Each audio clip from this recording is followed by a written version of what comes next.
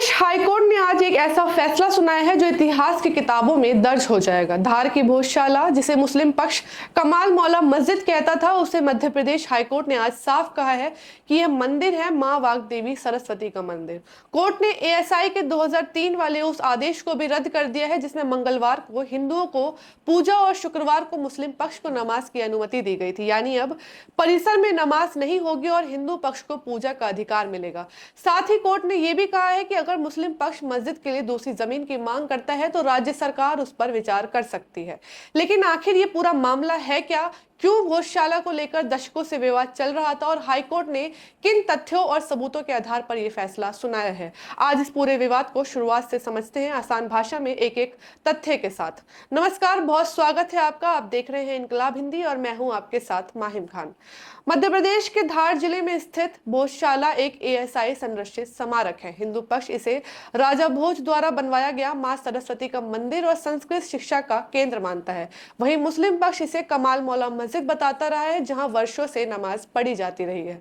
यही वजह है कि इस परिसर को लेकर दशकों से विवाद चला आ रहा था। इतिहासकारों के मुताबिक 11वीं सदी में परमार वंश के राजा भोज ने धार में एक बड़े संस्कृत शिक्षा केंद्र की स्थापना की थी। राजा भोज सिर्फ शासक नहीं थे बल्कि विद्वान और कला प्रेमी राजा माने जाते थे। कहा जाता है कि इस जगह पर व्याकरण, साहित्य और दर्शन की शिक्षा दी जाती थी और यहाँ मां वाग्देवी यानी सरस्वती की पूजा होती थी। कई पुराने दस्तावेजों, गजेटियर और शिलालेखों में भी इस जगह को शिक्षा और सरस्वती उपासना के केंद्र के रूप में बताया गया है। लेकिन फिर यह विवाद शुरू कैसे हुआ? हिंदू पक्ष का दावा है कि 1305 में अलाउद्दीन खिलजी के हमले के दौरान इस संरचना को नुकसान पहुंचाया गया।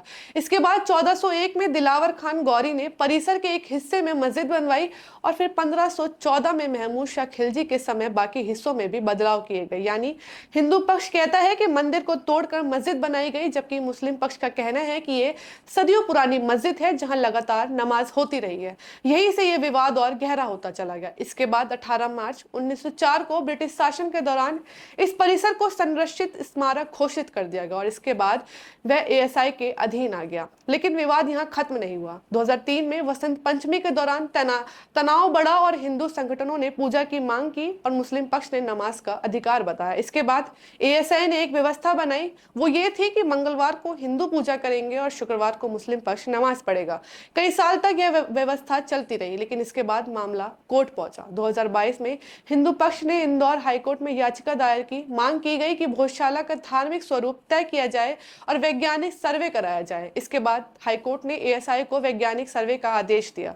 2024 में करीब 98 दिनों तक एएसआई का सर्वे चला। एएसआई ने लगभग 2100 पन्नों की रिपोर्ट कोर्ट में जमा की। रिपोर्ट में कई अहम बातें सामने आई। पहली, परिसर में 106 स्तंभ और 82 ऐसे अवशेष मिले जिन्हें मंदिर स्थापत्य से जुड़ा बताया गया।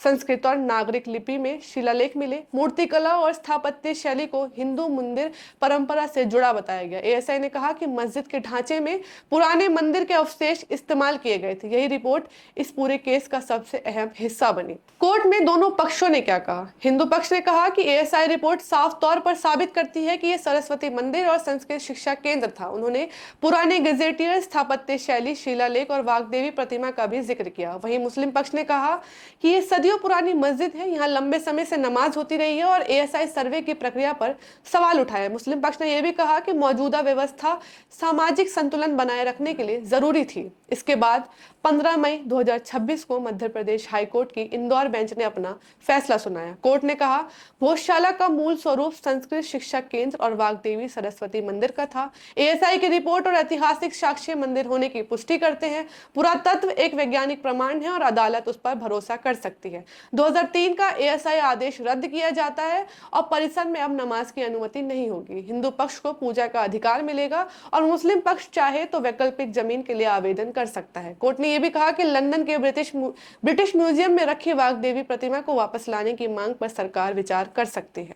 अब इस फैसले पर मुस्लिम पक्ष ने संकेत दिए हैं कि वे फैसले को सुप्रीम कोर्ट में चुनौती दे सकते हैं। यानी कानूनी लड़ाई अभी पूरी तरह खत्म नहीं हुई है, लेकिन फिलहाल हाईकोर्ट का फैसला भोजशाला को मंदिर मानता है और यही वजह है कि इस फैसले को अयोध्या के बाद सबसे चर्चित धार्मिक विवादों में से एक माना जा रहा है। भोजशाला विवाद सिर्फ एक इमारत का मामला नहीं था, यह इतिहास, आस्था, पुरातत्व और कानून चारों के टकराव का मामला था। एक पक्ष इसे अपनी धार्मिक विरासत मानता रहा, दूसरा अपनी इबादत गाह। और अब अदालत ने उपलब्ध दस्तावेजों, एएसआई सर्वे और ऐतिहासिक तथ्यों के आधार पर अपना फैसला सुना दिया है।